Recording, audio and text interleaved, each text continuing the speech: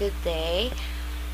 Today we're going to discuss about the JDK and IDE of Java. Since last week, you're done with how to display the string. Lahi man to nga section na ubang section nga ilang gi-display ilang name, na uban high lang ga ilang gi-display, but which is correct ilang itang display mo to yung mga string, but common, ang pinaka-common dyan nga i-display basta sa mga IT is hello world mo na yung pinaka-common. So now we're going to discuss about JDK and IDE. So before we proceed to hands-on activity, let's gonna discuss this one first para na may idea ba nga unsa ka importante ning JDK o IDE sa Java. So here we have the content flow, what is JDK and what is IDE. So what is JDK? So JDK means Java Development Kit. So it allows the developers to create Java programs that can be executed by the Java Runtime Environment or JRE. If wala tay JDK, ang mahitabo mong good, dili mo run ang atong application. Ang inyong ginagamit nga application is NetBeans, diba? Mo na ginagamit inyo. Pero before mo, if tudloan mo how to install NetBeans, we must install also the JDK. Ang latest karon nga is we have the SDE 11. Kinahanglan mo download ka ana kay kung wala kay SDE 11, dili mo run imong NetBeans. So if ever magiganahan mong mo-install sa inyong laptop, you can approach your teachers how to install. Your teachers knows how to install those application. So for example, para ng Minecraft, di ba tigdula mo Minecraft, kinahanglan i-open sa tong naimuran nga Java Runtime Environment kato. Kinahanglan jud to siya para mo run ang imong Minecraft nga game. Kinahanglan mo gud siya kay ang Minecraft is they use Java para aparato nga game. So nothing like that. And then next is what is IDE. Okay, IDE, which means Integrated Development Environment. So usa siya ka software so that the developer can easily code in a certain programming language. So IDE has lots of features that makes programming easier. And what application did you use? You use what? NetBeans. So muna siya IDE. Ang IDE ninyo is ang software nga inyong ginagamit, which is the NetBeans. So kinahanglan tag JDK kung mag-install tag NetBeans, ang kinahanglan tag IDE para dito ta mag-code sa atong ginagamit nga programming language. Okay, so now you know what is JDK and IDE. Without these two, dili ta ka hands-on, of course. So before ta mo proceed sa hands-on, dapat na may idea nga kung mag-install data sa laptop, dapat ma-install tag JDK o IDE. We have two common IDE nga ginagamit. This one is NetBeans, so man atong ginagamit, no? And we have also Eclipse. Actually, I use Eclipse than NetBeans, pero kani nga tutorial, I will use this one since mo man ato ang ginagamit. Okay? We're going to discuss what are the variables and data types, no? So before we proceed to programming, like hands-on programming, dapat we should understand what are the variables and what is also the data types. Kay kung magsigit tag kung lain magud kung mag-programming mo tes wala mo kasabot ana, dili jud ta ka kuha, di ta kasabot sa atong gi-program. Now ato sa discuss unsa ning variables, unsa pud nang data types.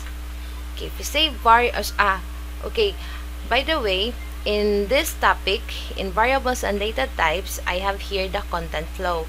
We have the variables, we have the data types, the identifiers. I'm going to discuss what is identifiers, how to declare the variables, how to assign the variables, and saan po pag-print sa atong variables. And after this variables, I'm going to discuss concatenation, since I saw someone who used concatenation. Last week, I saw a student nga nag-use siya og concatenation. which is kuan pramanta to ang gipa-display nilang sa mga teachers is only a string, di ba? And then you just copy and paste the system that out and print line, and then butangan nimo value nga string, di ba, supposed to be, but someone is using concatenation. So later on I'm going to discuss this one, and after this we're going to I will give you a challenge in this tutorial.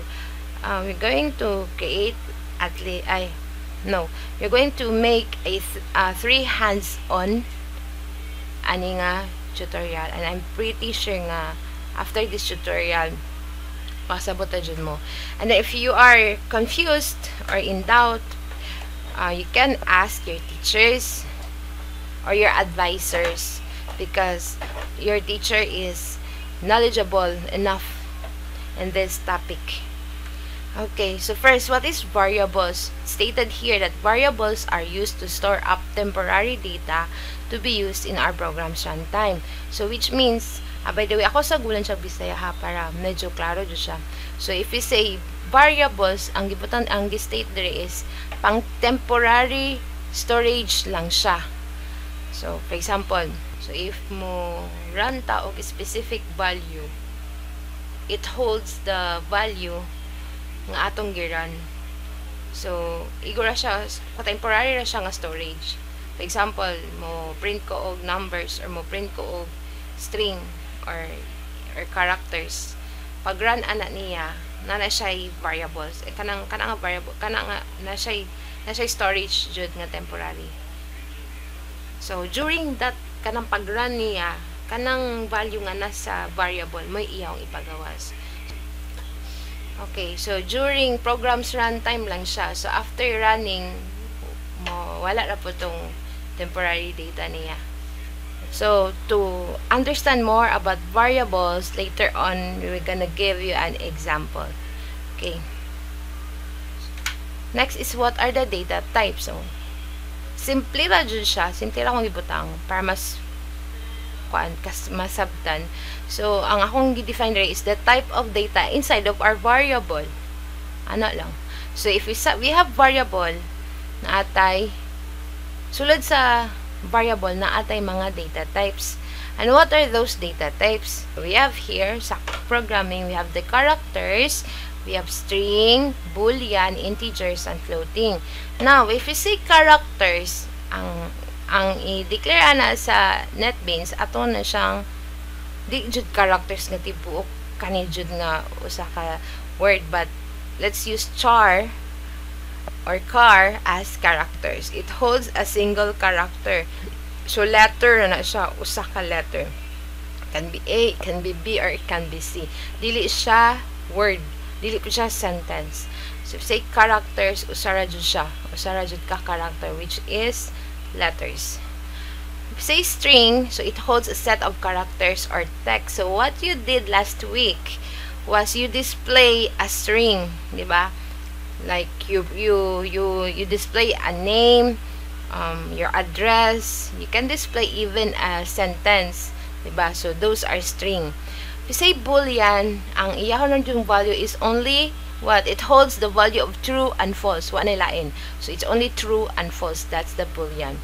And integers is, we have here byte. Actually, we have 4 here. We have byte, short, int, long.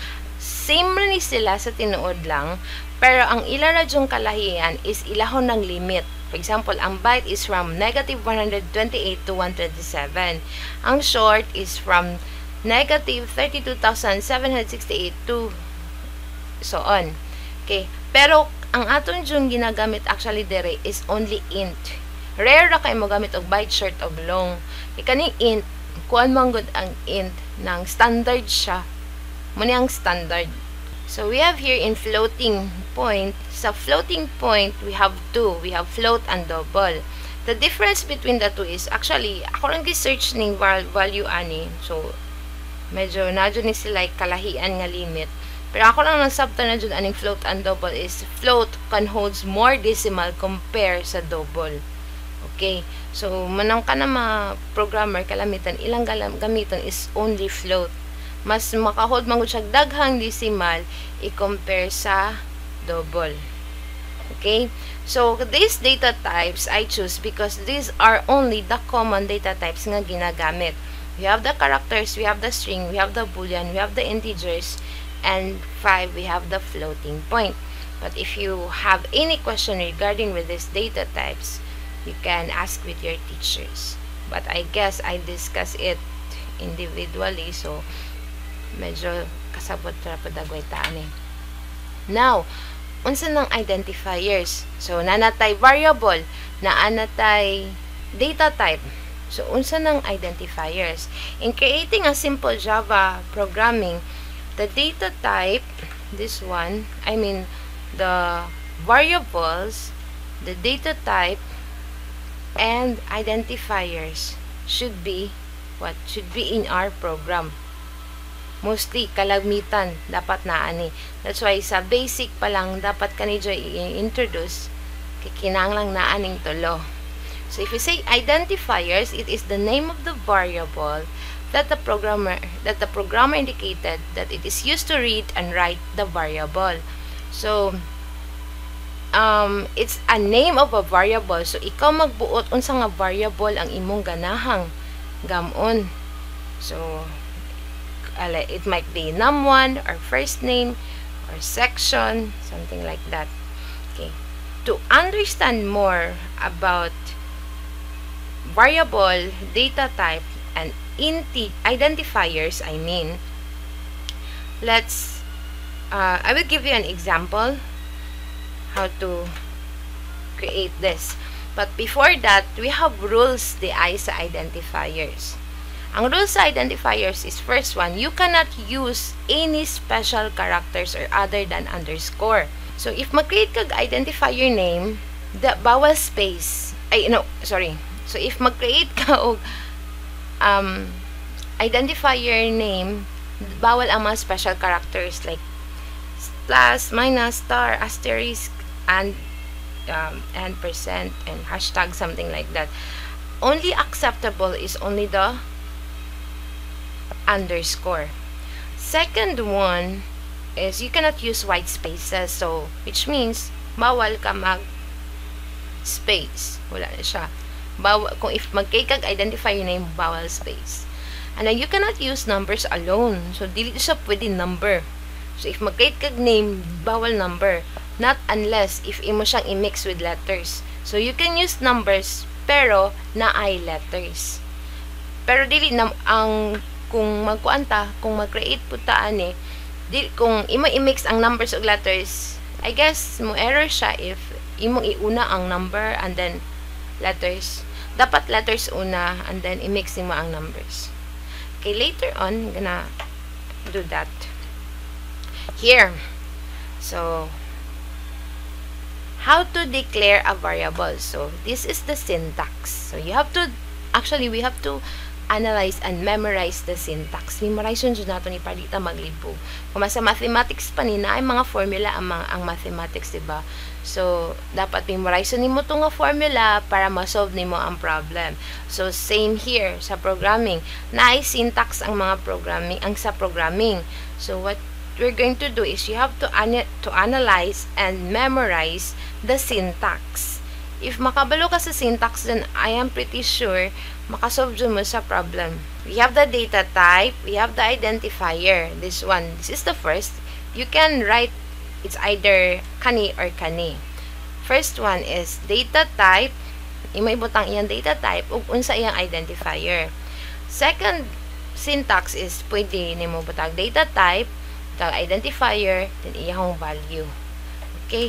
So, for example, unsa man nga IDE inyong gigamit, it's the NetBeans, no? So, I have here an example. Tawan. Diba? Nako-explain to the ani nga part. Diba nagkatong before, nag-write mo og something here. Diba? So, if mag-create mo og project, so it's file, new project, and then kaning ako actually kaning akong NetBeans nga ginagamit is the latest one. Ang pinaka-latest nila was released lately lang jud, September 1, 2023. So medyo naiingon ani features ang akong gigamit ron. Kanilang Java with Ant. So if mo mag-install mo og Java ay NetBeans, ang inyo lang buhaton, download lang po. Dinay Apache. Kani. Dere mo. Libre rin siya ha. Dere. Then nare. NetBeans 19. So, latest version siya released on September 1, 2023. Then i-download. So, if mag-download mo, make it siya ng inyong SDE pod. Ako ikas control panel ha. Muna yung IDE. So, kinahanglan taog JDK. Ang akong ginagamit dere is Watara. Muna akong ginagamit na kit, development kit 11 version 11 above kani nga NetBeans kinahanglan siya og 11 nga this one SDE.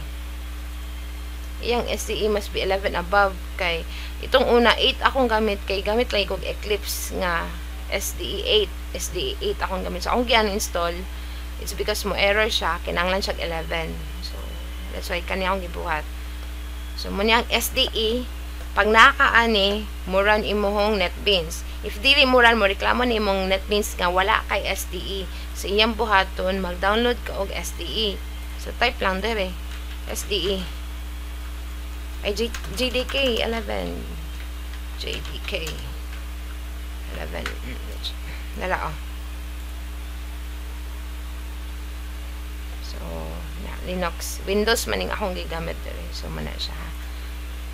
Or if you want to install it in your computer or in your laptop, ask your teacher lang dyan. So if kaning latest version ay katong mga latest kanan yung ginagamit ron, diretso ra mo na Java application the next. If latest kanina Java with Ant, then Java application, and then next. Now the project name is, this is the name of your project of course. So for example, variables lang ako ibutang ha.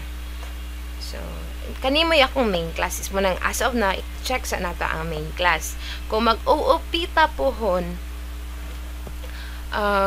makasabutan niya mo nga naay some part nga file dili kinahanglan main class.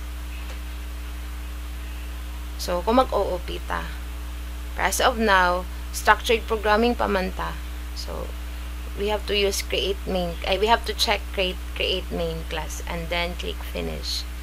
Okay, here I have here the package nga variables, diba? Katakong i-create sa atong project niya siya. Public class nato is variables. Aning public class mo ra siya dapat na ani siya ha. Ayon i-delete ninyo kay kung inyo ning i-delete mo error siya. Mo error ni, or it's either yes kana mo error na siya. Hindi na siya mo run o proper. So mo ra siya blueprint.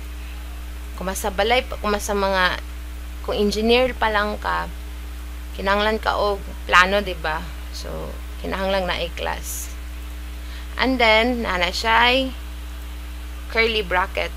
So here in public static void, this one kani main string args kani ayon i-delete ninyo ha. This is the main method. So ayo jud ni siya i-delete pod. So ayo jud panghilabot kung mo-open na ni siya. Especially kani mga curly bracket, ayo siya po ipang delete kay mang error na siya. So inyong buhaton, for example, I will show you something ha. If ako i-click ning kaning line, kaning curly bracket o kani pong diri sa ilalom, same naga green. So which means ayo na partner na sila. Kung imo ning i-delete, error ning dere. Kay nangita siya here, reach end of file while parsing. So galibog siya kung ay kulang siya o curly bracket kay kaning usa diri sa taas wala siya partner here. So kinahanglang na apo na siya partner. So something ano. So mani siya kung ato siya i-click green, so which means kinahanglan siya aning ilalom. This one too. Kaya I notice pod while hands-on ang uban, ila i-delete ni. So kung mag system out ta ang mahitabo, error japon siya, di ba? Mo error siya kay wala may nangita man siya nga. Okay, here atoy ka na. So reached end of file. So nangita siya awal dili ni dili ni ang end, something like that. Okay, and then mag-start mo code dili after sa class, kundi after sa main method. This one na sulod dire, sulod sa main method nato. Diri jud ta mag code. Okay, dili dire, bawal dira, it's an error. Bawal po dire sa taas, bawal po dire, but must be inside of our main method. Okay, so let's start. In our example sa ako rin kopyahon ha, ato ni copy and let's paste it here. Awan, sample na siya. Palita maglibog. Okay, in our PowerPoint presentation, we put a data type and identifier, diba? Then data type, another identifier or and value. So here, for example, what are the data type gani? So we have character, we have string, we have boolean and integer. So for example, I'm going to use the car, diba? Okay, car, which char. So which means character na siya. And then unsa man akong i-identifier ani? Let's say section. Okay, that one. So di na siya, if you say yellow, yellow man siya, no? Look. If you say yellow, di na siya error ha. So as of now, pwede mo maglibog ato sa lamaning tangtangon. Okay, later on unya ato siya medyo advanced siya gamay. Kamera noan. So here again, what are the data types? We're going to use what? The char. Yeah, data type. Unsa may pangalan ni char or car? Section to, diba? Diba? So section, sa man value. Error siya. It's because car is what? A single. Balik this atong PowerPoint para di ta maglibog. Here, it's what stated here that it holds a single character. So mo error siya kay look, it's a string. So if character man gani, it's only one letter. Error japon siya. If mo print ta og character, dapat naatay single nga what? Single nga quotation. Okay? Dili tong double. Okay? Dili double. Mo error siya. So, incompatible type. String cannot be converted to char. Diba? Kaya ang char is what? Single. So, dili na pwede. If mo call ka og pang character nga data type, dapat single na siya. Okay? Next, unsa may lain nga ay kaan data type. We have string, di ba? String. If string kana string, then unsa man name, sample name. Kung string, which means it holds what? Set of characters or text. So kani siya mo error siya, nam koy uban nga string is small s. Dapat dako na siya nga s sa. Kaya kung mas small na, di na pwede mo error na siya. Dapat dako na siya. So string name, so since word man or sentence ang ato ibutang, dapat double na siya nga quotation. Okay, for example, name of Sir RJ na lang. Sir RJ. Like that. Okay, error siya, it's because wala siya semicolon. Okay, here, in Java programming, each statement must end with semicolon. Okay? Di na pwedeng wala. Moreklamo na siya. Okay? So, dapat na ana siya semicolon unless if mag-looping na. Pwede dito, pero later na naingon ana. So, as of now, kanisa jud. So, we have here the data type. Muna siya ang data type. The identifier. Kaning identifier, ikaray magbuot. Okay, as of now, name lang akong ibutang. And then the value. Okay, we have here the data type, the variable name, or let's say the identifier, and the value. And ends with the statement was what? The statement must end with semicolon. Okay, aside from that, we have to use boolean. Okay. Unsa may name sa atong boolean? Let's say is cute. Diba? So, which means cute ba siya? So, the value for boolean is only, diba na ko, true and false, diba? Nanaman ko. So, it's only true and false. So, if you say true, like that. Because Sir IJ is cute. So, it's true.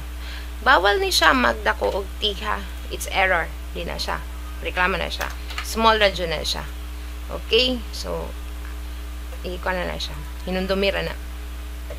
Okay, so we have here the character, we have here the string, and we have here the boolean. Diba? Next, we have what? Integer. Diba? Pwede tag. Unsa to siya? Pwede tag short, long, byte. Pwede ta mag-short. Pwede po ta mag-byte. Pero, let's just use the common, the standard magod ang nasa integer. So we have here again the data type, and then after that name, identifier. Unsa may identifier ni integer? Let's say num, o kana num is equals to, if you say number, dili ta mo butang og quotation. Let's say 5. And then that one. Okay? And then what else? We have float. Ang float is kuan to siya, no, a number that holds a decimal. Same sila sa double. Okay, same sila sa double, but the double is what? The float can hold more decimal than double, so sa float na lang ta magamit. Okay? Okay, for float, say the data type, and then the identifier. Unsa may name sa atong data type? Unsa may atong the identifier ni float? Let's say grade niya is equals to 99.999 or something like that. Semicolon. Okay. Pinaka-error siya kay okay. Here, mo ni kalayan lang double o ni float. So, if akong i-double na dire, double grades. So, grades na lang. Then, 99.999. Semicolon. Okay. As you can see, mo error si float compare ni double. Diba? Okay. Kay kani si double, diba, limit naman to ikalahian nila. Kani si double, di siya pwedeng mahimong float, diba? Kay gamay raman si double, gamay raman ang decimal ni double. So, if magbutang tag number direct something ana, okay ra siya. Wala siya problema. Kay double man jud ni. So, if you say float, mareklamo siya kay, hey, double man ni. Di ni pwede. So, mareklamo something ana.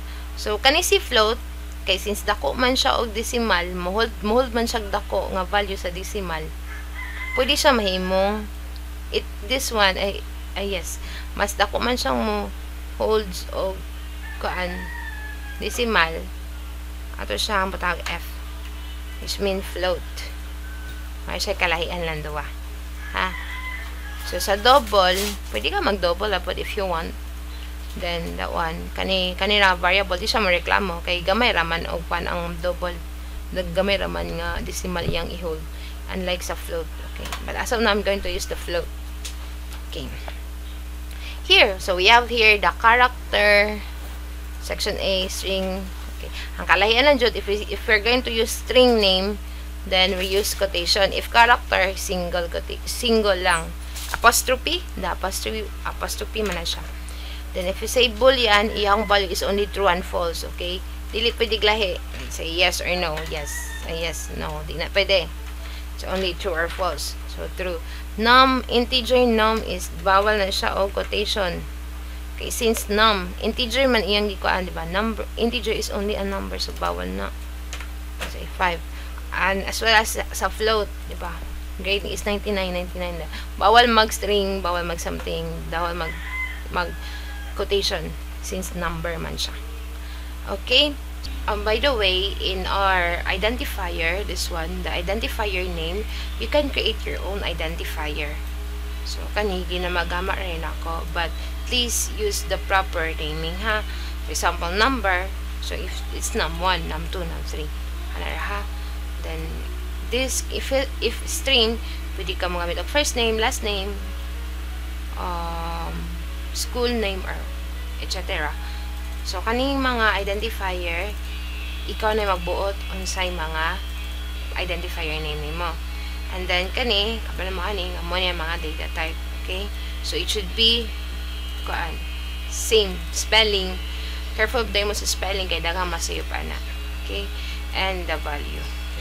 These are the variables, and the variables are composed of data type, identifier, and the value. So, this is how to declare a variable. Again, ang atong syntax is data type, then identifier, then iyang value. Okay? Data type, the name of our data type, which is the identifier, o iyang value. So, muna siya. Data type, the name of our data type, and then the value. Now, reklamo siya, kay wala siya na-read. Diba? Wala na to siya gi-print. So, how to print? So, we use what? This one. System.out.println. I know you're familiar with this since you used this one last week. And this one is what? Used to display something in the console. Diba? Console, which is kani. Kayong nasa ilalom. Ako ginatawag niya siya console. Then, we can display a variable's value by indicating its identifier inside the parentheses. Diba? Ang inyong used before is, let's say, system. Actually, we have shortcut for system.out. So, imo ba S, then out, then tab. Ano ra? Okay. So, again. SOUT, then tab sa keyboard. Ang tab na sa left part. So, yung ano. Mas shortcut na siya. So, inyong ginabuhat ato is like something like this. Hello world. Diba? Hello world. So, if ako ning i-run, how to run? It's either right-click and then run file, or here, haning green. Diba? So, here, run file. Only hello world. Diba? Now, reklamo siya kaya wala man nato ni sa green. So, let's read this one. Or, let's print this one. Okay, read or print. So, how to read this one? Since value, na naman siya value, ang gibutang dere, we can display variable value by indicating its identifier. So, atong i-call iyang identifier para iyang value ang mugawas. For example, this one. Ni A, kani si A. Ganan ko, mugawas ang value ni section. So, unsa man akong i-call? Akong i-call ang iyang identifier or the name. Ang name sa atong variable. Yes. So, section. So, unsa man akong butang de? Di na to sa butang string ha. Okay, wa man taga text. Unlike here, hello world. So, itong butang, ato butang of section. As you can see, wala na siya nag-yellow. Happy na siya. It's because inyo siyang gi-call. Diba? So, section. So, something like that. So, if ato nyo siyang i-run, so, hello world, then A. Okay. So, ang pag-run ano niya is from top to bottom ni siya ha. So, this is a procedural programming. From top to bottom, line by line, iyahong pag-run. Okay? So, here, let's print the name. What is the value of our name? It's Sir RJ, diba? So, atong buhaton, let's just put the identifier name. So, ato i-run. It's A and then Sir RJ. So, something like that. Again. Same with is automatic mode, sorry. So, it's is cute na. So, of course, if ato siya i-run, yeah, it's true. Yeah, Sir RJ is cute. So, something like that. And then, pero, careful lang ta dali ha. Okay, for example, is cute. So, kaning si akong small. Reklamo siya. Wala asa maning, ano siya nga asa maning, asa ni nga variable. Iyang gipangita, wala man dali. Wala man ta nag-declare og variable nga ingon ani og kuan. So, case sensitive ding Java ha. So, lahi ni siya, lahi po ning gamay nga si. So, case sensitive jud siya. Okay. So, dapat dako po siya C. For example, another example sa kuan. Kani, int num5. Create ko another integer. Reklamo siya, diba? Why? Gaduble manggod, duplicate manggod siya. So, variable num is already defined in main method, diba? So, naa na siya. So, sa may button, dapat imong identifier dili magkapareha. Okay? So, pwede na ito sa butag 1. Okay? So, di na siya error. Okay? So, something like that. And then, let's display what? Let's display another, which is the grade. So, let's run it and that one. Okay? So, if you have any question, kindly, you can pause this video and you can ask your teacher. If ganan pa jud kag more clarification. So, as of now, this is how we declare a variable and how to print the values in our variable. So, please don't forget na dapat naa jud tay data type usa ta mo declare og variable name og iyahong value. Okay? So, please, I'm begging you to analyze the syntax. Yeah, it should have a data type, an identifier, as well as the value. So, this one. Okay? And the data type I use is the common nga ako tong ginagamit. So, we have the char, the string, the boolean, the int, and the float. Okay. Okay, so here, in sysout, akong example there is string name is Sir Ayan, diba? So, sysout that print line, then ang akong gi-call is the identifier. Unsa may value na identifier? Si Sir Ayan. So, ang output ani is what? Sir Ayan. How about here? System.out.print line. Number. Number is what? The identifier or the variable name. And then, what is the value of number? It's 5. So, ang iyang output is what? 5. Okay? So, here is Sir Ayan. And here, ang iyang output is 5. Now, for hands-on number 1. Kindly make a program that consists of 10 variables and display it in the console. So, pulo ka variables that is composed with char, string, int, and boolean. Ikaw na'y bahala pila ka buok char, pila ka string, pila ka int, pila ka boolean, as long as pulo ra ka buok variables. Ikaw na bahala what are the variable names.